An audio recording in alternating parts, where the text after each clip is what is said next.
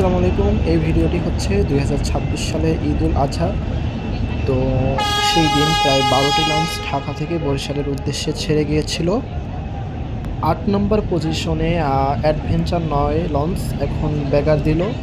Adventure বহরে ২টি launch ছিল, অ্যাডভেঞ্চার ১ এবং অ্যাডভেঞ্চার ৯ লঞ্চ। তবে অ্যাডভেঞ্চার ১ লঞ্চ কেটে ফেলা হয়েছে। ঈদের সময় অ্যাডভেঞ্চার ১ লঞ্চ তার গতি প্রদর্শন করত, তার সাথে অনেক রুটের লঞ্চই পেরে উঠতে পারতো না। যেমন হচ্ছে বরিশাল রুটের লঞ্চই, যেমন মানামি লঞ্চও অনেক সময় অ্যাডভেঞ্চার ১-এর সাথে পেরে উঠতো না। তবে বর্তমানে যেহেতু অ্যাডভেঞ্চার ১ লঞ্চ নেই, অ্যাডভেঞ্চার ৯ লঞ্চই তার ঐতিহ্য ধরে রেখেছে। তবে অ্যাডভেঞ্চার ৯ লঞ্চের ইঞ্জিন পরিবর্তন করা হয়েছে একটি, যার কারণে গতি কিছুটা কমেছে। তো বর্তমানে ঢাকা থেকে বরিশালের উদ্দেশ্যে ছেড়ে যাচ্ছে অ্যাডভেঞ্চার ৯ লঞ্চ। আর আজকে বেশ ভালো পরিমাণেই যাত্রী পেয়েছে এই লঞ্চটি। বর্তমানে এই লঞ্চটি সার্ভিস দিয়ে যাচ্ছে ঢাকা বরিশাল রুটে। নিয়মিতই বলা যায়, একদিন পর পর ঢাকা বরিশাল রুটে চলাচল করছে।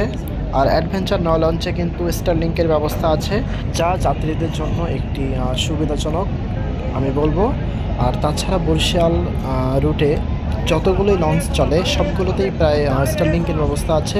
তবে এম খান ৭ লঞ্চে প্রথম স্টারলিংক যুক্ত হয়েছিল, এরপর হচ্ছে মানামি লঞ্চে।